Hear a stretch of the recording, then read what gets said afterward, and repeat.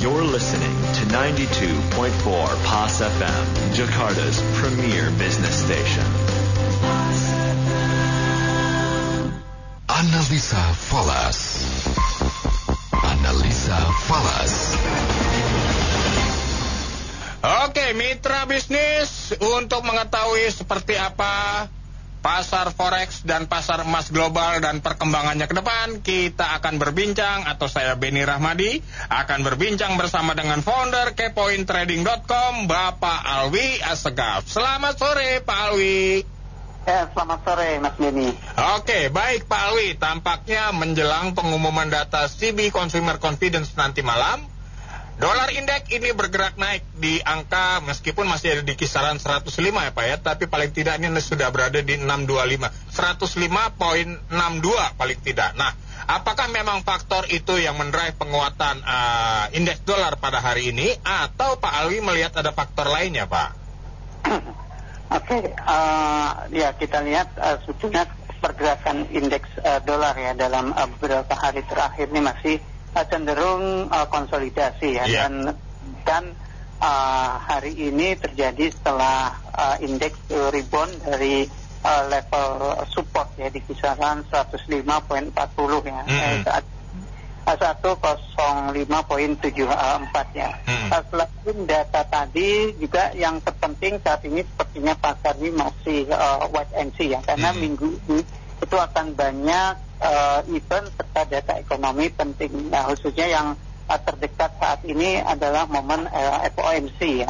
Nah, yang akan menjadi fokus pasar ya untuk semua aset ya.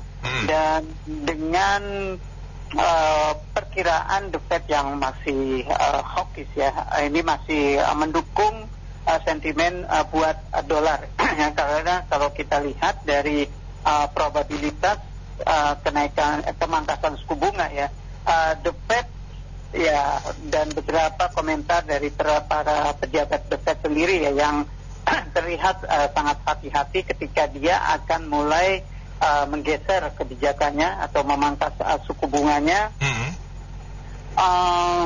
Dan probabilitas yang tadinya bulan Maret, kemudian Mei, kemudian Juni juga terlihat bahwa pasar ini semakin ragu bahwa The Fed ini bisa pangkas suku bunganya secepat mungkin. Artinya beberapa pejabat The Fed sudah mengatakan bahwa suku bunga masih akan tetap tinggi ya dalam waktu yang lebih lama ya. Bahkan saat ini pasar memperkirakan hanya akan ada kenaikan suku bunga ya di satu kali pemangkasan suku bunga satu kali di tahun ini, dan itu kemungkinan terjadi di bulan September atau bulan November ya.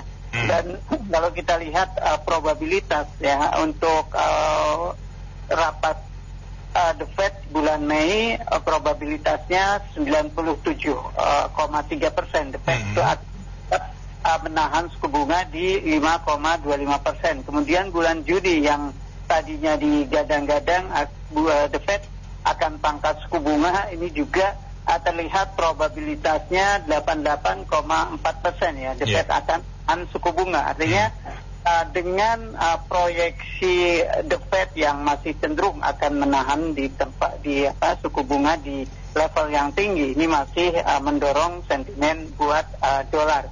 Dan pastinya sebelum atau menjelang rapat FOMC, pelaku pasar sepertinya enggan untuk melakukan entry posisi yang agresif ya, dan ini membuat pergerakan cenderung konsolidasi, artinya bergerak pada range yang tipis. Oke, saya tertarik dengan statement dari BlackRock Investment ini Pak, yang menyatakan paling tidak sepanjang tahun ini ada 3 persoalan yang harus dihadapi. Yang pertama adalah persoalan suku bunga The Fed yang akan mengerek terjadinya suku bunga tinggi dalam tempo yang cukup panjang. Yang kedua, persoalan penurunan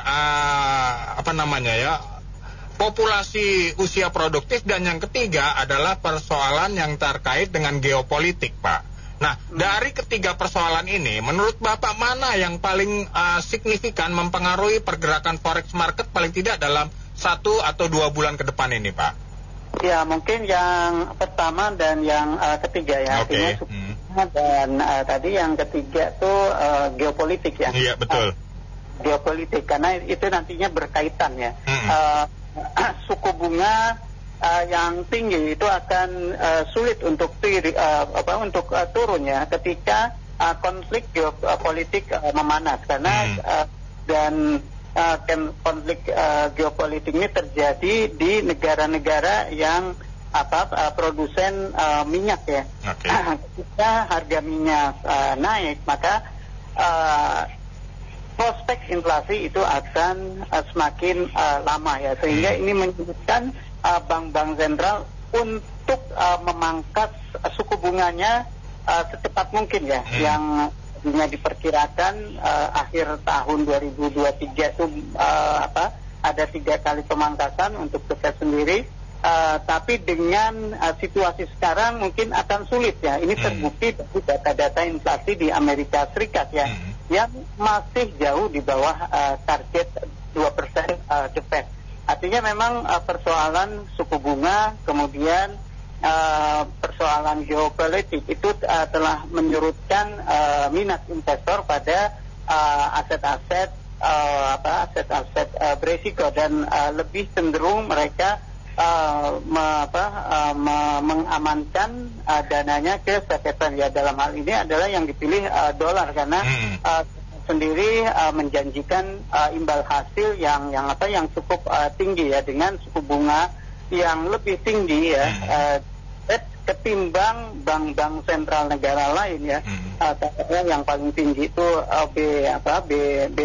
BOE ya, BOE 5,25%, sementara The Fed 5,5%, dan prospek ke depan BOE ini ada kecenderungan untuk pangkas suku bunga lebih cepat dari The Fed ya. Begitu juga dengan ECB ya. ECB juga ini prospeknya sama. Mungkin bulan Juni diperkirakan ECB akan mulai pangkas suku bunganya. Tapi lain halnya dengan The Fed ya. The Fed, nah dengan inflasi yang masih tetap tinggi, kemudian data-data ekonomi yang masih cukup solid ya, khususnya data tadi inflasi dan data tenaga kerjaan ya. Meskipun minggu lalu ada data PDB yang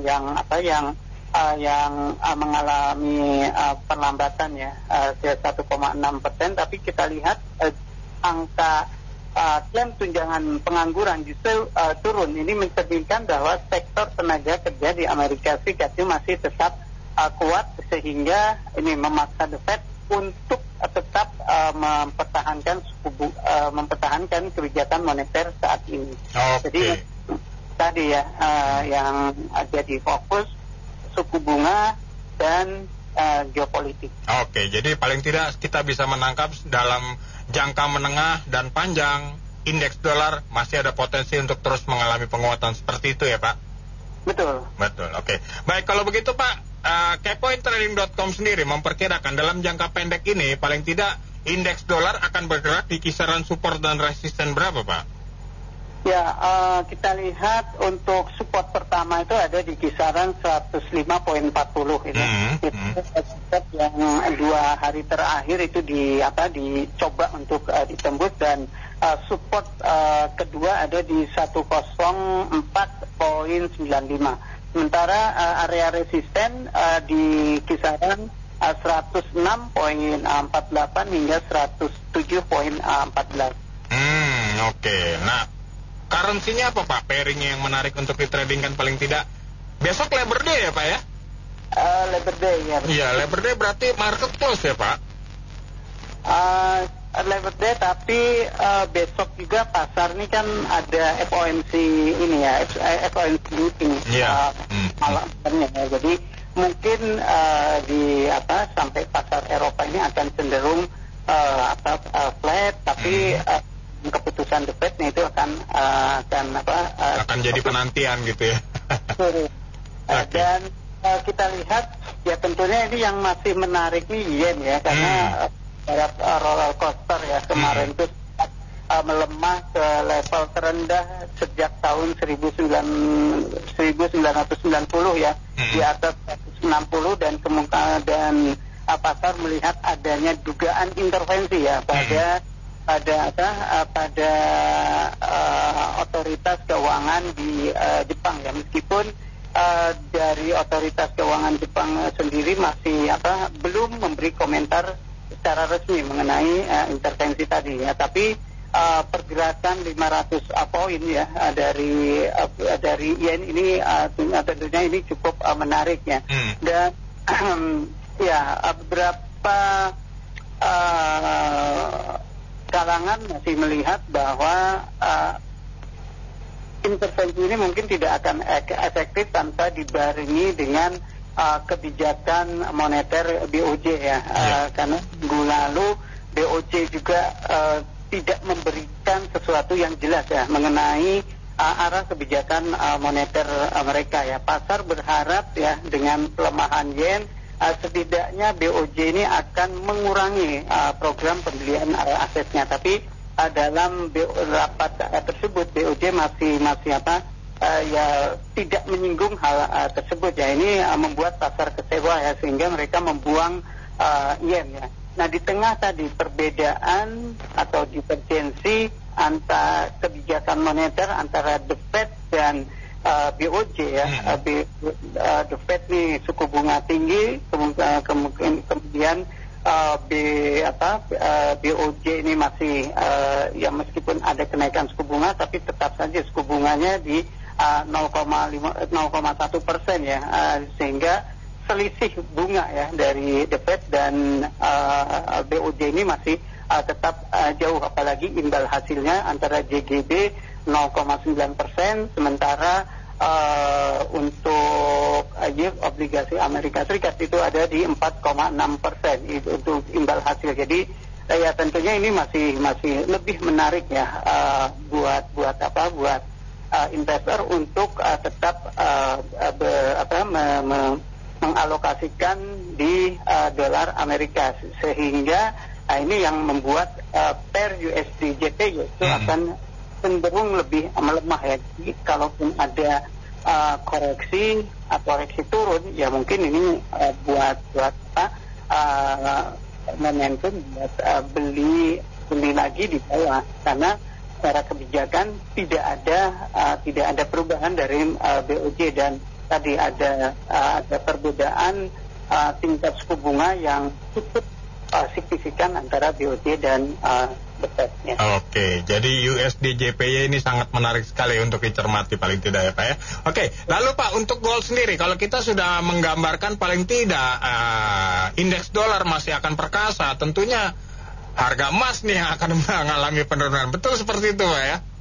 Ya, harga emas sama halnya dengan tadi yen ya, karena kalau diibaratkan emas ini sebagai tadi ya negatif interest rate tadi ya, jadi tidak menghasilkan bunga ya. Jadi ketika ada bunga atau imbal hasil yang lebih tinggi, emas cenderung ditinggalkan. Dan ini terbukti atau terlihat dari pergerakan emas hari ini ya. Yeah. Kalau kita lihat misalnya ke mata uang lain, ini ada pergerakan yang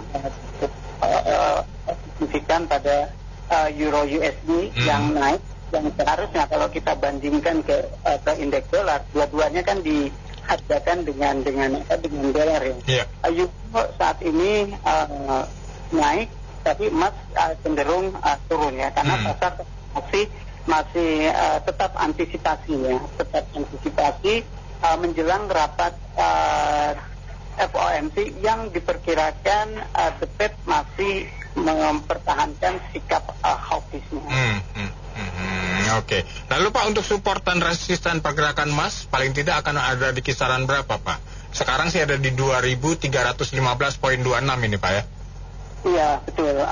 Ya mungkin area support di kisaran 2.300 hingga 2290 itu akan jadi arah emas selanjutnya ya. Trendnya cenderung bearish ya kalau kita melihat time frame H4 H1 dengan area resisten ada di 2324 hingga 2336. 2400 2336 ya, tapi paling tidak supportnya ada di angka 2300 dan itu support terdekat. Kalau tertembus ke bawah maka 2229 bukan tidak mungkin bakal terjadi. Seperti itu Pak ya? 1290. Oh ya, oke. Baik, kalau begitu Pak Alwi Assegaf, terima kasih Pak atas informasi berharga yang telah Bapak berikan. Sukses terus untuk Pak Alwi dan juga investasi Bapak ke depan. Berikut juga sukses untuk kepointrading.com ya Pak. Oke, terima kasih Mas Beni. Sukses juga buat Mas Beni dan Pas FM. Oke, thank you Pak Alwi. Ya, mitra bisnis Pas FM, itulah tadi perbincangan saya bersama dengan founder kepointrading.com Bapak Alwi Assegaf yang tentunya bisa menjadi bagian dari panduan Anda untuk melakukan trading maupun investasi di pasar forex dan pasar emas global. Tapi pastinya setiap keputusan Anda untuk melakukan investasi semuanya kembali berada di tangan Anda. Sekali lagi terima kasih dan sukses untuk Anda. Mitra bisnis, segala bentuk investasi memiliki resiko.